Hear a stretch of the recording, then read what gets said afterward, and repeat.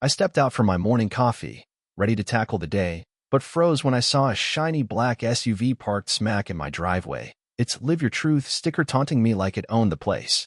Here in Cottonwood Grove, a quiet slice of rural life just outside Boise, Idaho, I thought my little patch of land was mine alone. But a stranger named Vivian Kessler decided my driveway was her personal parking lot, sparking a showdown that'd teach her a lesson she'd never forget. That morning, with my tractor rumbling and her arrogance on full display, wasn't just a hassle, it was the start of a battle that'd trap her car, go viral, and remind everyone actions have consequences. Though her final jab still stings. I'm Ethan Ramsey, 35, a farm equipment mechanic who spent years fixing tractors and keeping my corner of Cottonwood Grove peaceful. With my lab Rusty as my shadow and a small house I've poured my sweat into. This place is my haven. Acres of open land, a gravel drive, and neighbors who wave instead of scheme, or so I thought. I'd been up early, planning to haul parts to a client, when Vivian's SUV hit me like a slap. No note, no driver, just a car squatting where my truck needed to be. I figured it was a mix-up, maybe a neighbor's guest, but the longer I stared, the madder I got. This wasn't a mistake, it was a power move, someone thinking my land was theirs to claim.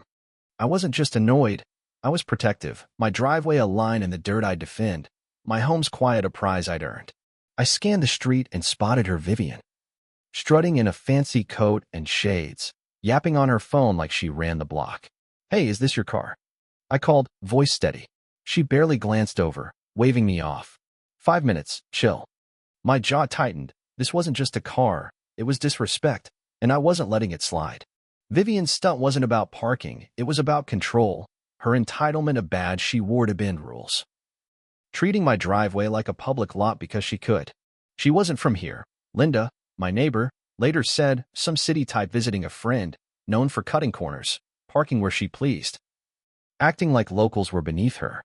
She saw me as a pushover, a small-town guy too polite to fight, but I'd learned from fixing machines. Ignore a problem, it festers. I stood there. Her 5 minutes a lie, Rusty pacing, and felt a spark, not just for my driveway, but for every time someone's arrogance trampled what's right. Vivian's dismissiveness wasn't just personal. It was a challenge, her confidence rooted in never facing consequences. I gave her 10 minutes, then 15, but she didn't budge, her car a smug fixture. I wasn't just waiting, I was planning. My tractor's hum a promise she'd regret crossing me. The fight kicked off like a spark in dry hay. I fired up my John Deere, its rumble shaking the morning quiet, and grabbed pallets, stones, and gravel from my shed, neighbors peeking out, sensing a show. She's been at it all month, Linda muttered, tossing in a wheelbarrow of dirt.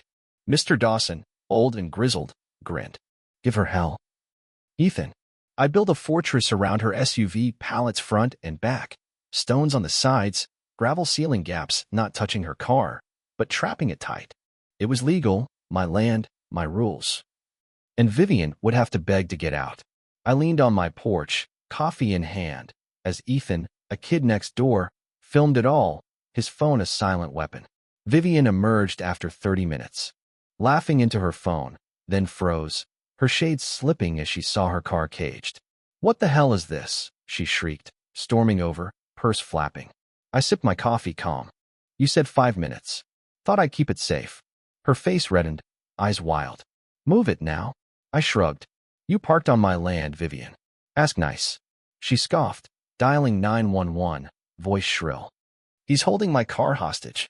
I wasn't just standing firm, I was winning, her arrogance cracking under the weight of my tractor's shadow. Vivian's motive was pure ego, she thrived on bending rules. Her SUV a statement that she was above us, her dismissal of my rights a flex she'd used before, but I learned from my dad, respect is earned, not demanded. She doubled down, screaming to dispatch. But Officer Dan Reed arrived, looking like he'd seen this movie before. Your car's on his property, he said, notepad out. That's trespassing. Vivian's jaw dropped. He trapped me. Dan sighed. You parked without permission. Say please, or get a citation. Her eyes burned, but she choked out, please, her voice venom. I took my time, shifting pallets, her foot tapping like a tantrum. She sped off, curb clipping, neighbors chuckling, but her social media rants followed, calling me petty, vowing lawsuits, playing victim. Ethan's video exploded online. Tractor guy traps Karen, hitting 1 million views, comments roasting her. Take the L, Karen. I wasn't just teaching a lesson, I was sparking a movement. But Vivian wasn't done fighting. The war peaked when Vivian's rants backfired, her online meltdown fueling the viral fire. But the real showdown was her desperate plea to end it. She posted all-cap screeds, claiming cyberbullying, demanding the video's removal, but the internet tore her apart, memes crowning her driveway Karen. My phone buzzed with strangers' praise. Linda texting, she's losing it. Vivian tried the cops again, alleging emotional distress, but Dan shut her down. No damage, no case. Then she showed up, hair frazzled, shades gone, voice tight. This needs to stop, she hissed, arms crossed. No hard feelings? I leaned on my fence, voice cool. You parked on my land, lied, and played victim. You made it worse. Her lips quivered. Pride crumbling. Just make it stop. I shook my head. You stop, Vivian. She drove off, silenced. The video hitting 5 million views. Sophie, a local reporter, spreading it nationwide. I wasn't just victorious. I was free, my driveway mine, her ego buried. But a new car slowed by my gate. No plates. Her echo, or a new Karen. The fallout was like a clear sky after rain. Vivian vanished, her rants ignored, her lesson learned. Don't park where you don't belong.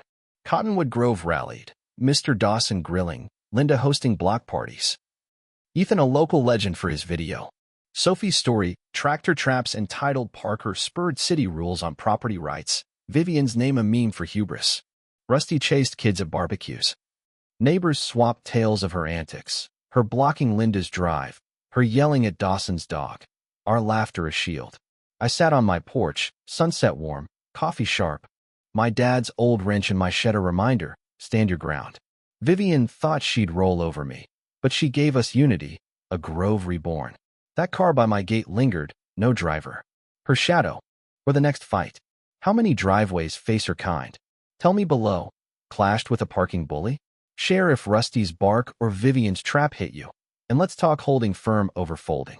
At Cottonwood Grove, we don't just live, we stand.